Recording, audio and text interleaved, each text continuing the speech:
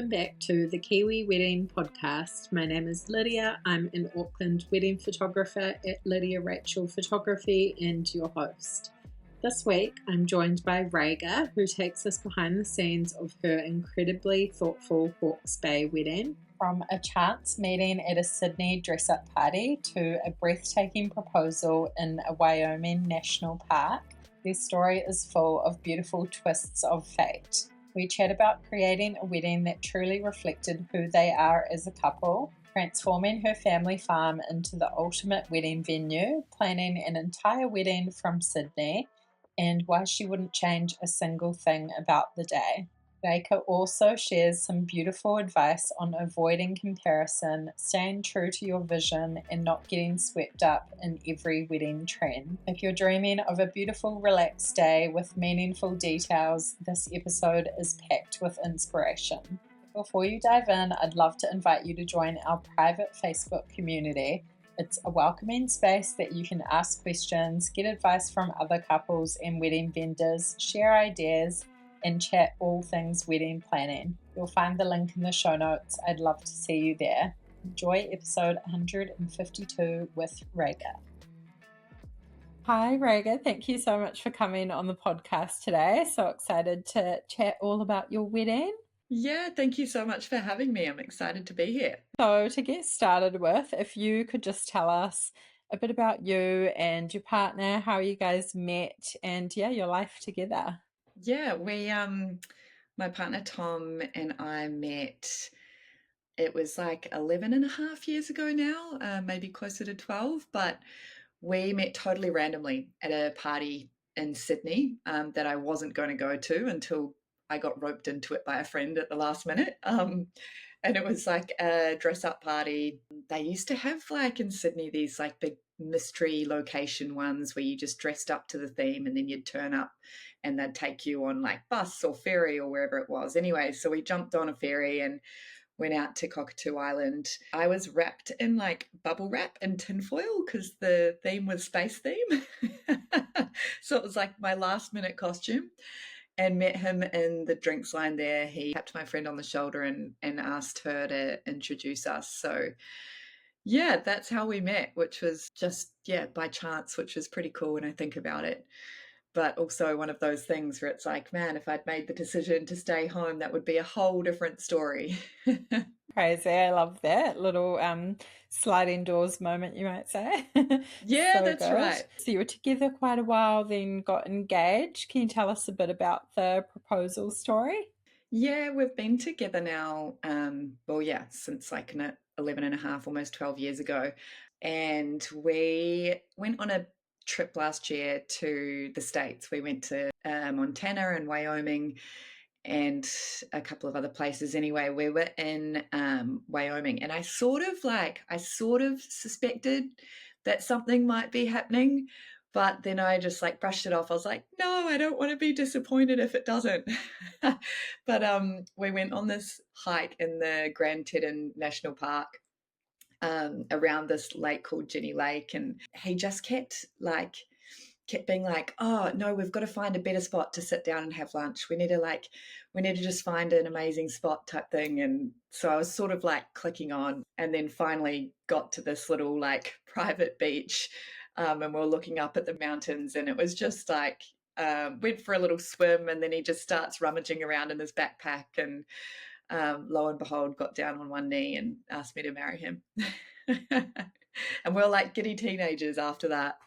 It was so good. Yeah, it was the best. It was such a beautiful trip, and it was just such a special place to get engaged. And yeah, we love like going hiking and traveling and doing all of those sorts of things. So it was very fitting that it happened there. Were you one of those girls that kind of had dreamed about your wedding? Did you have a vision in mind for what you wanted? Where did you sort of start with planning? Yeah, I mean, like I always imagined that I'd marry Tom, but hadn't allowed myself to sort of think about details or anything like that. I guess from a planning perspective, we sort of just started with, this just needs to feel like us as a couple. That's the most important thing. And with a background in like set styling and interior styling myself, it was really important to me to not treat it just as like a another job to make something really pretty and beautiful. It needed to feel personal and like me and Tom. I guess like growing up, I always did imagine getting married in my parents' garden back home on the farm in New Zealand in Hawke's Bay, and that was something Tom was always on board with as well. Like he's spent multiple holidays there with all of us, and it's just it's always been such a special spot. So it felt perfect to set the scene there and invite all of our friends and family there, and it just felt really personal and spoke to us as a couple as well. Yeah, beautiful. So special doing it on your own property, and having that as an option as well. So good.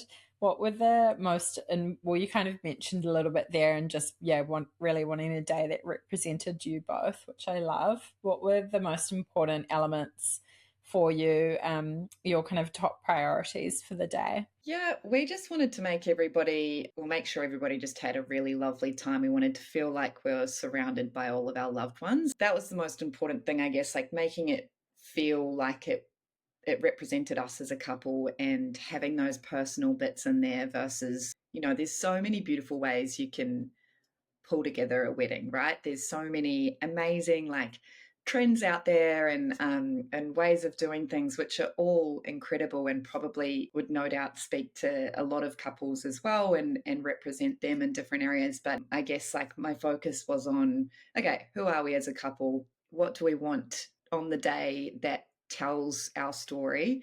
How do we execute that? And so it was every little decision made just felt really personal, and I think tied it together beautifully in the end. And it was just really important that we felt that, and felt like all of our family and friends felt that too, and therefore we could all have an amazing time. And I think we managed to get there. Love that. So good. Such a beautiful way to approach it.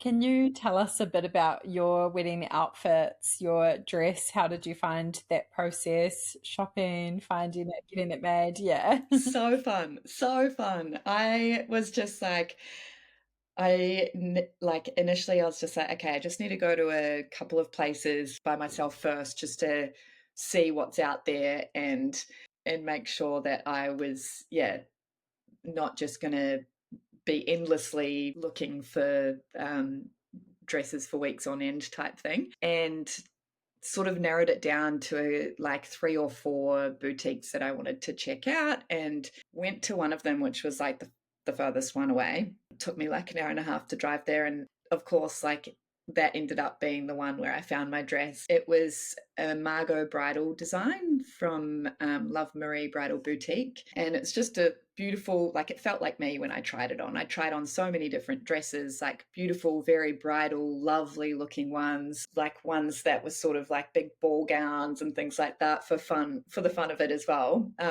But this was the only one that I tried on that I really felt like it was me, and I felt really comfortable in it. And it was just like a classic strapless, kind of like had an Art Deco-y sort of a vibe to it with the I don't know if it's called piping or whatever it was, but patterns that came down the front, and it was quite tightly fitted until it flared out a little bit at the bottom with a beautiful train, and I loved it. And then I teamed it with this really long 2-tiered veil as well. And then Tom wore a PJ Johnson tailored suit. So they're based in Sydney, and it was beautiful. He got his made as well, and we were really stoked. It was awesome. And then like had a lot of fun with the outfits around the wedding day as well. Like it was very cool to do all of that. And I got this beautiful dress from Bondi Born for our welcome drinks, which was like a nice white satiny flowy one. And then for the recovery as well, got a cute outfit for that. So it was so much fun shopping for all of it.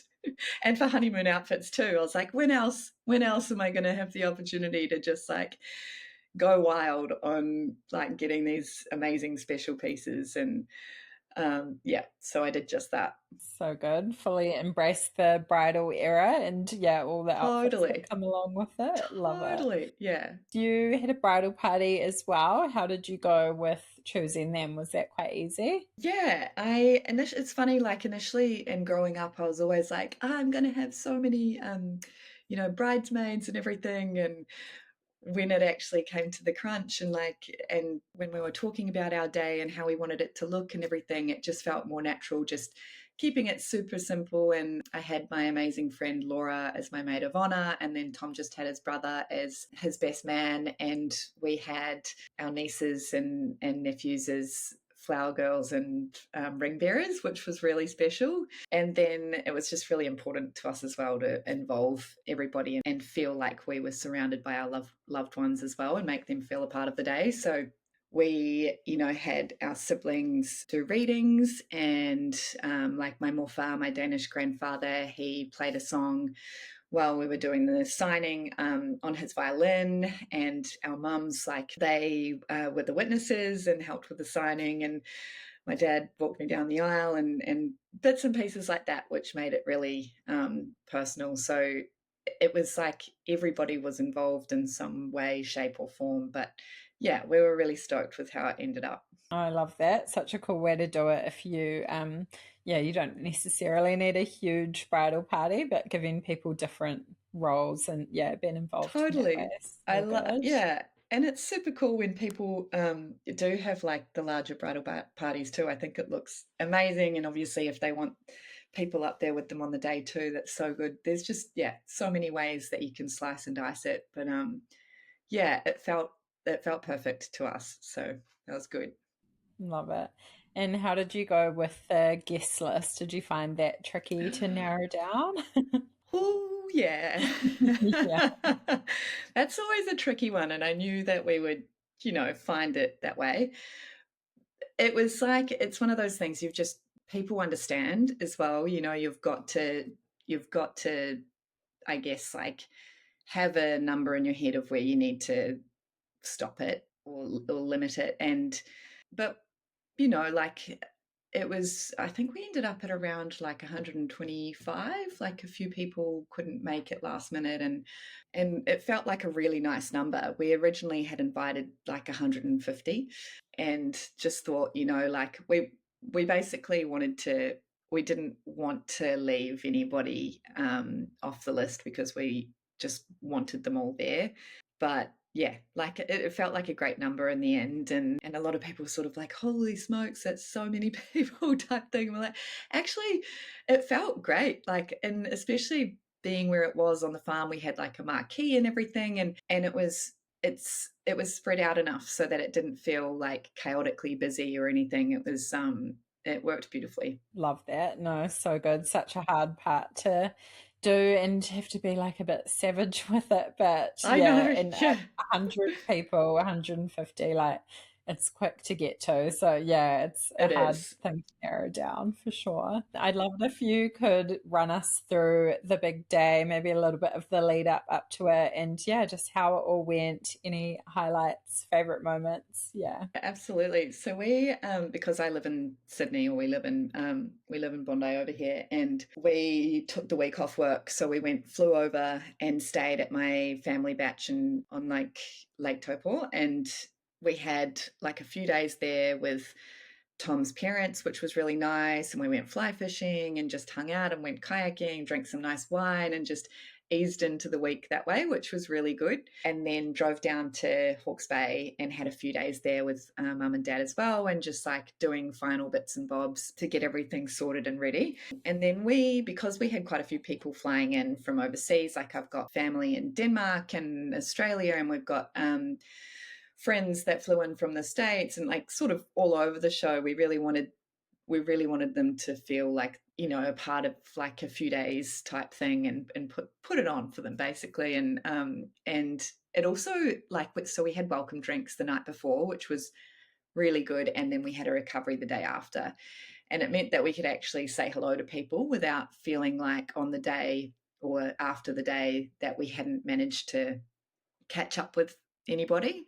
I mean, it was still hard given the fact that there were over 100 people, but it just, yeah, took the pressure off a little bit, which was really nice. And so we did welcome drinks up in Havelock North.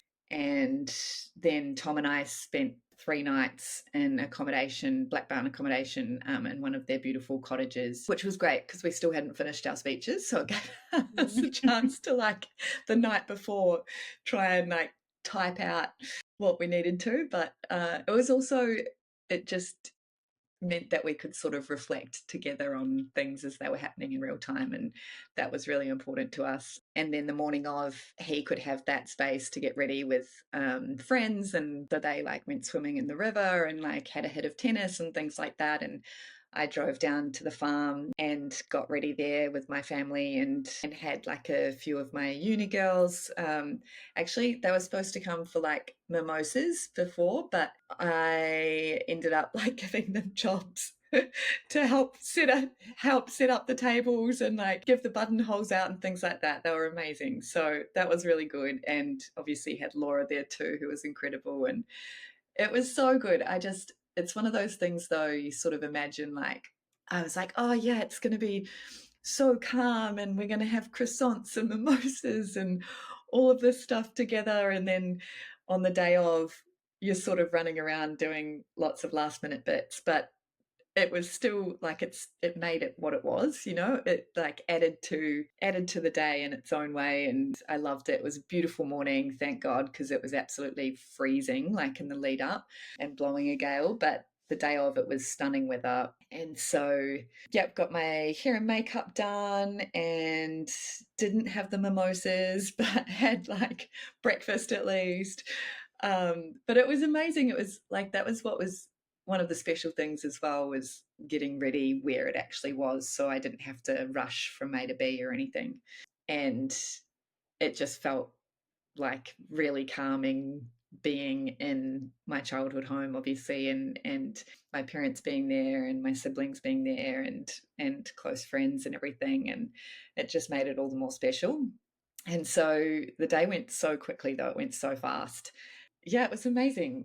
I'm like, what else? Well, the marriage part, like we got married like out in the garden, and it was beautiful, like had all the guests set up looking out to the hills, and it was a beautiful ceremony. Like, we couldn't have asked for anything more magic. It was really special. And following on from that, we had obviously cocktail hour. We had his and hers cocktails, which was really fun, and we had an oyster bar, which was really cool, and lots of canapes and things like that, and good music, good wine, like all the bells and whistles.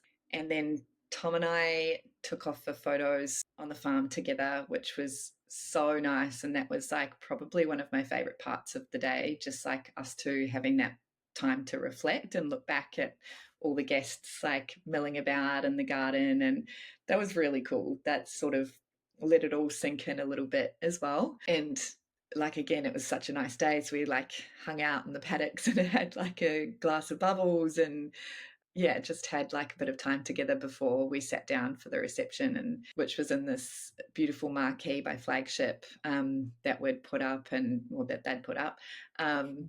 And we had like an amazing dance floor and beautiful speeches and great food, and it was just, it was so cool. It was really like, when I think back about like what we would change and things like that, there's nothing that I would change. Just, I know that sounds cheesy, but it's just one of those things that anything that didn't happen to plan just added to the character of it all, and it made it special. It made it personal, which was amazing. And yeah, we had such fun on the dance floor. We had this like giant disco ball, and we'd asked the band to play a couple of songs that we wanted played, and they just had it out of the park. They were awesome. And we'd gotten these like custom made baseball caps to like hand out to everybody on the dance floor as well, and things like that. So lots of like little personal bits and bobs here and there. Yeah. And then we had the day after, which was the recovery brunch by the pool, and my mum had put on this amazing spread for everybody, and my dad was on the barbecue and things like that. It was very, very, very cool being able to sort of have everybody there again, or most people there again the next day. And again, like another stellar Hawke's Bay day, beautiful, and hanging out in the pool. And having some more drinks, and yeah, it was awesome. Oh, so good. Sounds like, yeah, an amazing week and yeah, day of celebration. So many cool moments in there. Yeah. Love it. You kind of said about the next question already, which is kind of asking what did you find the hardest part? Or yeah, even about the planning process. And then yeah, if there's anything that you look back on and would do differently or change. I don't think I'd change anything, but one of the hardest parts of the planning was that there was always something more you could do, right? Always something more Mm. you can add. Like, I absolutely loved like the planning process and thinking what we could do. So anytime I stumbled across another idea or thought of something else, I was like, oh my God, it just had the ability to get way out of hand. So it was really hard to put a cap on that and just be like, all right, let's just leave it to these things. It's going to be great. We don't need to have X, Y, and Z on top of everything else. Like, it's going to be wonderful no matter what. So that was probably the hardest part. And then also just, the feeling, which I'm sure a lot of other people would resonate with as well, is like the feeling of not being able to, regardless of the fact that we had the welcome drinks and the day after, you still feel like you haven't given everybody the time that you wanted to. And because there's so many people, you sort of, getting to have conversations with people, but not that one-on-one time where you feel like you've really, really caught up. And so that was a difficult feeling for me, but at the same time, just amazing to have everybody there. And of course, everybody understands that there's like over 100 people there, right? So you are moving around quite a lot and trying to chat to everybody.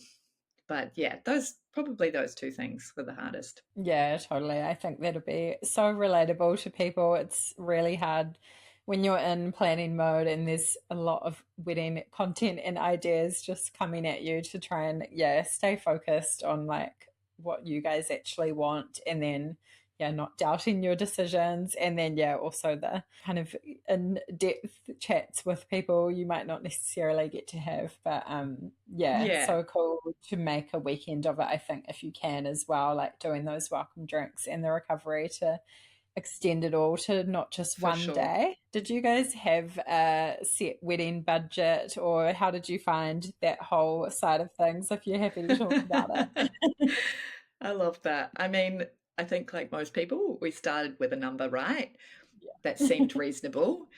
And then Mm. we went way over it. It was just like we got to the end of the planning process and we were like, you know what? Why don't we get like a mechanical bull for the day after recovery brunch? Why not? Didn't get one, but it was just, yeah, we just like, as you go on, you're just like, oh, but this would be really good to have as well. So yeah, we went a fair bit over budget, but honestly wouldn't have changed a single thing because it was everything we dreamed of and more. It was, yeah, amazing. And we had so much fun and our friends and family had so much fun. And it was worth it all for sure. Absolutely. Love that. Did you guys go on honeymoon straight away? Did you kind of count that? I guess you were already sort of destination coming home wedding, but yeah, what did that look like? Yeah, we did. We in my head I was sort of like, oh, we'll just like go on honeymoon like later in the year type thing. But Tom was like, no, no, no, let's do it straight after. We'll be ready for it type thing. And I'm so happy that we did. We went to Hawaii, which was amazing, and it was so good. It was just like 10 days over there of just switching off. We put our phones down and just had the best time. We were like swimming and surfing and hiking and reading our books and having way too many mai tais, and like it was such a special honeymoon, and just having that time after the beautiful chaos, beautiful busy chaos of that weekend, to look back and reflect and be like, oh yeah, you remember that part of the day, or remember that part of the night. And we had already had like a sneak peek of our photos as well from our amazing photographer, Ruby. And so that was really special as well to be able to look back on and yeah, just it was so nice to do that. I'm so happy that we did that. So good. Kind of need it straight away. It can be like a hectic season, so nice if you can just, yeah, especially that kind of tropical escape. So good. Absolutely. Did you have any sort of helpful resources that you used during the planning process in terms of like finding vendors or inspiration, stuff like that? Actually, like a friend of mine, Helena, she, as an engagement gift, she gifted us like all of these like planners basically, but also like books that you could write in all of like the memories from the engagement and things like that, which was really special. And I think the business is called Forget Me Not. I like was so thankful for this because we had like a budget spreadsheet, we had like a guest list spreadsheet, everything was all set up ready to go in these templates, which was so helpful. So relied on those quite heavily, but also like had so much fun on Pinterest and Instagram, like pulling together mood boards and things like that. I mean, it's so, I love doing that kind of thing and sourcing inspiration and trying to find a like a mood for the day type thing. It was, yeah, it was a lot of fun. So good. And did you use social media to find your vendors, or did you have some people in mind for that as well? Yeah, so I stumbled across most of our vendors from Instagram, I think. And we had the most amazing florist, Isla, from Hands in the Dirt, based out of Auckland. She just has like, well, she's just magic. Like everything she created for us on the day was beautiful. Like she turned up with her mum. They'd like driven down from Auckland, opened the back of the van, and it was just full of these like wildflowers and with bees buzzing around and everything. It was so beautiful. Stumbled across her on Instagram, and same goes, like I know a couple of old friends who had the Marquee flagship, and so knew about them already. But then, yeah, most of our other vendors stumbled across Instagram. It was kind of a mix of both, to be honest. But yeah, and then like for invitations, my sister-in-law Emma, she helped to design those for us. And for our menus, there was this amazing woman, I think out of the Mount actually she's based, and she, like, I had the design in mind that I wanted to do, which were these beautiful shells that would fan apart and show you the menu in between, and so she could pull that together for us. But yeah, kind of a mix of like Instagram, and then mum helped out quite a lot. She, you know, knew of the catering company that we wanted to use and found certain people as well. So yeah, there's so many amazing vendors. Like just Yeah. it's yeah, it was really hard to limit ourselves as well with because Yeah. again you can keep going and going and going and just like, oh, we could Totally. use, yeah, X, Y, and Z. And but yeah, I'm like so happy with who helped us out on the day, and it was, yeah, magic. So good. Did you have like a wedding planner or like on the day coordinator as well? You kind of sorted all of that yourself, I imagine, is a little bit I tricky. did all the planning. Absolutely. Mum and dad had to obviously coordinate a whole bunch of the site visits and everything and make sure everything was working for us. They were incredibly helpful with that. And, but yeah, I did all the planning here and then on the day, which was amazing. And I knew it would be a lot, but it was a lot, a lot. Mm. And then on the day, we had the catering company, Orton's. They had a wonderful person help us with the coordination of things. So it all went smoothly, and that was pretty amazing. But yeah, the planning process, that was me and Tom making those decisions in the lead up to. But there's so many moving parts, and it's just like all of the logistical planning and everything as well. We're really lucky to have the catering company help us out with that. So good. Yeah, I know they kind of cover a few different things, not just food. So yeah, super Yeah, helpful to someone sort of help run the day when it's yeah actually happening. Yeah. definitely. Yeah, I feel like you've given some amazing advice throughout, but is there anything else you would say to a couple planning their wedding at the moment? Everybody has their own idea of what perfect is, right? And so a lot of people have amazing advice and opinions about things, and so take it or leave it, what I'm about to say. But like, I guess the one piece of advice I'd give is just like stay true to you, and as cheesy as it sounds, just make it about you guys as a couple, and it doesn't need to be this thing for others where you feel like, oh, that'll make it look more shiny and beautiful. It's more about how it represents you both, and how you actually feel on the day, and how it tells your love story. And I think, like, if you stick with that, like, you're only going to be stoked with it, and only going to be, over the moon happy. So Yeah, love that. Such a good guiding principle to just keep coming back to, I think. Yeah, super yeah. important. And what is married life like now? Do you feel like you got any post-wedding blues? Oh, I was worried about that, but honestly, we've been having the best time. It's been so fun, and because we've been catching up with friends that came over to the wedding, here and there as well, it's been so fun to relive it. And we're still in the process of writing thank you cards and things like that, and so it sort of feels like it's still, still going on. Haven't really hit the post wedding blues yet, which is really nice. I think it helped as well having that honeymoon straight after, and having that to sort of look back on too. It's just it's been so nice. I can't believe it's already been, like, I think 2 months as of a couple of days ago, but time flies. Yeah. Oh, so good.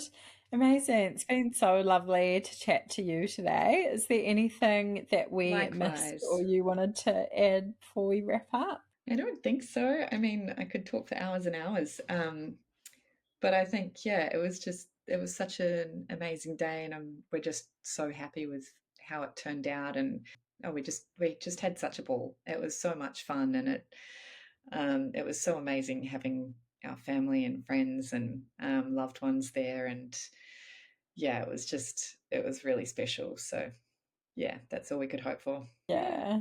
Love it. Amazing. Thank you so much. Thank you so much for having me. It was really fun chatting.